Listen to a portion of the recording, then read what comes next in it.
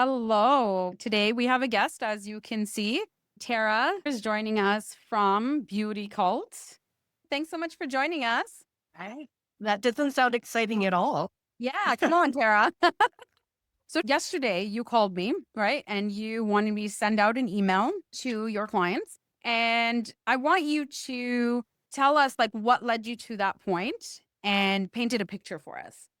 So everything, all the prices keep increasing. They've been increasing steadily for the last, well, always. They always increase steadily, but in the last few years, they've increased at a steeper level. And sometimes well, I guess I was under the understanding that maybe some of it was just kind of a yo-yo, media drawing attention because of maybe politics, political rate.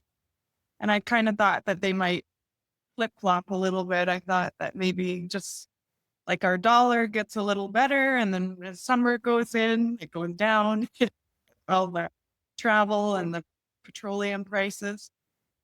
But I don't think some of these increases are going to yo-yo. I think they're sticking around. And our Canadian versus US or euros is a little better right now, but they're predicting that it's not going to stay. So we had to bite the bullet and increase our prices. And we try not to do that. We know that there's a lot of livelihoods dependent on what we do. And there's a lot of, studios and business owners that we don't like to yo-yo around with their livelihoods or ours, but we had been kind of eating some of the costs. And yesterday it got to the point where we could not do that anymore. Yeah. Yeah. I think I just want to fill in a few blanks and like just a little bit of context too.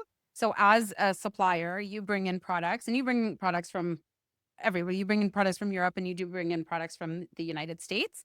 And you notice the last shipment that you brought in from the United States that your cost on the like taxes or I don't know how you would, I know that word tariffs is going around, but I mean, there it was labeled differently on your invoice, right? So I didn't think that they had come into full effect yet. So I was just bringing in small shipments, kind of waiting to see, just bringing in enough to get us by, thinking that maybe they'd pardon or put another pause or do away with it. So I just brought in like a small $2,500 order and $2,500, 25% tariffs on is $1,000. So I got my bill and I see the SEMA tax, which I hadn't really paid attention. I'd never seen it before. So I guess it's a Special Import Measures Act. It's been around for a while, but I hadn't seen it on any of my brokerage invoices before. And yeah, so the 25% tariffs, that's pretty big. And when I reached out, I'm like, is there a way that we can file to get these back? Is there certain products that don't apply? And basically what I was told is that this was Canada's direct retaliation to the tariffs for our products crossing the border the other way. And so it was put on. Are you finding it to be products, mainly products? Products that are originating, like cosmetics that are originating in the US. Mhm. I mean, we're not keeping that money. It's going directly to the government. That's right. And to clear that up, government of Canada. Yeah. And like I can see in a way it's a retaliation or a deterrent to buying US goods. But being that they are from US and the shipping prices aren't as much because we weren't bringing it from overseas. So the price reflected that. So sometimes those US goods weren't priced as high as as European or Australian goods or whatever. So, I mean, even with the increases now, they could be similarly priced to goods that have come a long way. But I think the popularity, they're marketed more for North America. Yeah. So there was, I guess there was benefits because they weren't being brought so far. So environmental footprint, the prices were more reasonable because they weren't coming so far. But now I guess they're going to be on par with ones that have come longer distances, I guess. And the other side of that too is that when we'll use skincare, for example, when they're sourcing their ingredients and having to bring it from outside of the US into their products, they are now being taxed as well from the US that way, which reflects the price of the product being manufactured in the US. So that might go up still at that So point. I did have a supplier in the States, and some of the implements and tools that we use in the spas and salons, we were getting from the US, but they were getting them from China. So they were originating in China, coming through the US to us. So now that doesn't make sense anymore. We have to try to find a supplier either here in Canada, even though those implements originate in China, not having it go through the US and then here, because the US is taxing it and then we're getting taxed again as it crosses the border. And US has put even higher taxes on China. So we could be paying as much as 125%. I was going to say they are being dinged harsh. Yeah. Let's say prospectively, as Doreen mentioned, the percent is 25 right now between Canada and the US, but China is at 125%. So your equipment, your tools, all those things you're trying to bring one into. So I did bring in a small order again. I've been bringing in small orders because as prices increased, are we going to have the same demand? So we're trying to figure out what's happening with our market right now. But on a shipment that I would have paid like $200 in taxes, I paid $800 in taxes. Wow. Unfortunately, you've had to make the difficult decision of increasing your prices on the products that you sell to beauty professionals. And I think this trickle down goes beyond, like, then the beauty professionals are going to have to increase their prices to offset the increased prices that they're paying. And so the end user, that person going in for a facial or nails or whatever it is, they're the ones that are also going to. So we're all paying for it, basically, while the government fight with each other. We're the people I mean, I'm a consumer too. Like so Wow. many times you go to the grocery store and you're like, oh, I'm pretty sure it was $2 less last time I was here. And then you go a month later and I'm like, I'm pretty sure it was $4 more a month ago or $4 less. And then we were just talking about this, like coffee at Costco's now $10 increase. And you're thinking, oh, Costco, they make lots of money already. Like, why do they keep, but it nothing to do with them. It's a direct, they're being taxed. So we're being taxed. Like it's not going to the person that you're buying it from, it's going to the government. And in the news right now, I know every shop, I mean, we've always tried to, because we're small businesses, we want people to shop local. We want to shop local. And on a bigger scale, like we want consumers in Canada to buy Canadian goods. Like it supports our economy, and that's what they're trying to do south of the border right now. We've sold some of these products for like 17, 18 years, and we try not to do the price increases. So that's what I mean. If you're used to that product, you know that we haven't done all these price increases. It's so in a way, maybe it is what it is, but it is also what's making Canadian goods look a lot better right now, or goods coming from Europe or somewhere else. Because I mean, you have a variety though. Like you have Canadian stuff, you have European stuff, you have US products. And I think at the end of the day, consumers want that variety as well. Now, maybe not so much. Yeah. I mean, maybe it'll benefit the country in the long run, but kind of know what we like, and when we've been using something for a long time. And the thing is too, is that this isn't something that is a quick fix. Like as someone that's importing product in, you're not bringing in 3 cleansers and a mask and a right? Like your amount of quantity that you need to bring in, even though it's a little lower than what you're normally doing right now, trying to watch that, you're still sitting on that product. So that 25% is still on that. So it's not going to change, down the road until like that snowball effect, I guess you could say, when you're hanging on to the product and all of a sudden the government's, next week says they stop fighting over this, as we like to call it. And they say, okay, we'll stop now, but you still paid that. You can't take that away because it's still in it's what you paid for. Going forward in the future, that might change, but while you sit on the product and supplies you have, that price stays at that increase because you can't absorb that. Well, not anymore, right, Tara? That's You right. have been absorbing it. And I mean, we are consumers too, as well as distributors. And I don't take it lightly it's time consuming to be increasing the prices. We're on multiple platforms, having to go in and manually change. And then every one of our accounts has their own sale platform or whatever, and their stickers on their products or whatever. Like, it's time consuming. So we definitely don't do an increase every year. We don't take it lightly when we do have to do it. Push came to shove. Can't. You can't just. Have you thought about like some solutions moving forward or strategies, do you think, that we could help the beauty professionals right now?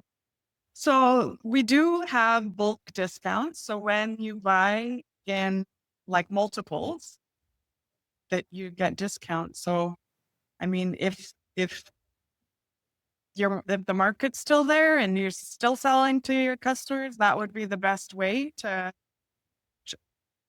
It'll go back to where the price was before Right. the increase if you do buy in multiples.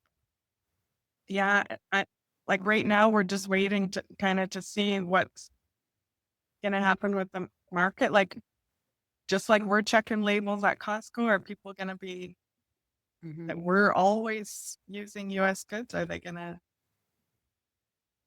change? We're bringing in smaller quantities right now. We're just wait to see how it balances out. But it's, a little scary when all of a sudden it becomes unpredictable.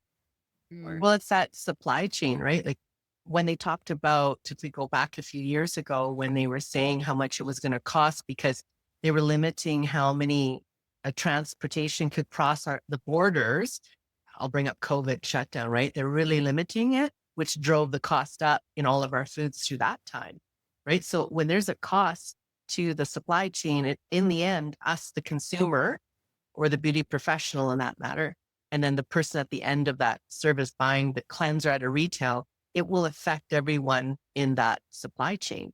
I think that's what people need to understand how this works. It's not because, Beauty Co-op Canada is just going to increase their prices and take advantage of the fight going on between the countries. It's not about. Well, and then instead of bringing in like a $25,000 order, I'm bringing in $5,000 order. Skincare expires, and we like to have it fresh, where it's turning over constantly. So if you're bringing in small quantities, now your shipping rates go up. So, and then also too, on that note, you could sell out faster and the people need to wait for the product. Yeah. So there's another side. I mean, you're still pretty good about doing that, but there's still a little bit of that. So people need to plan ahead so they're not out of their product either. And then Canada has stricter regulations, but US is becoming stricter with their regulations too. So there's been some reformulation, some changes. Were you talking ingredient wise? The ingredients of the regulations? Interesting.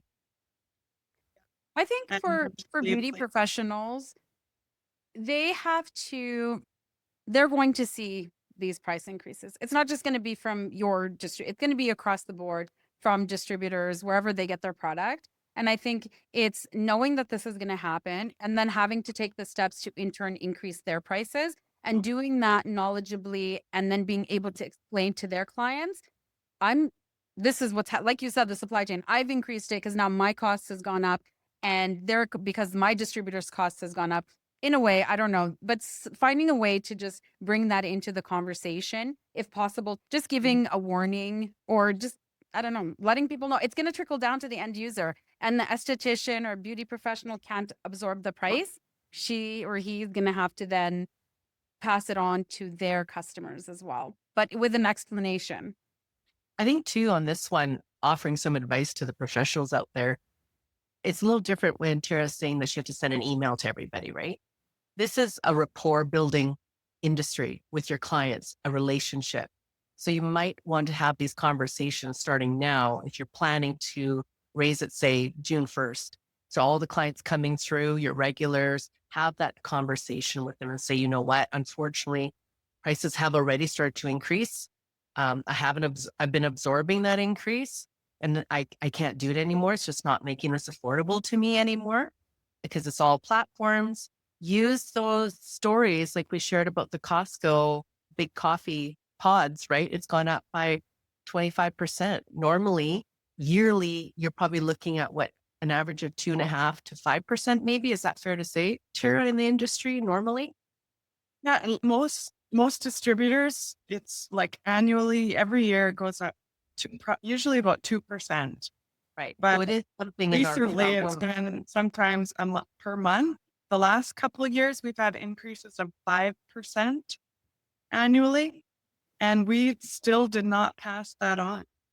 We thought, when our dollar gets better, we try to leave room for fluctuations and bringing stuff in larger quantities, and with our dollar getting better, and we always want to pass on the savings to our customers. So as it fluctuates, we kind of leave room so that throughout the year, it'll kind of level out. But on your end, yeah. yeah, but the way that it's going, like we'll probably have to do an increase rate across the board, and we'll probably have to follow suit and do it more often. Yeah, your hands are tied right now with this going on.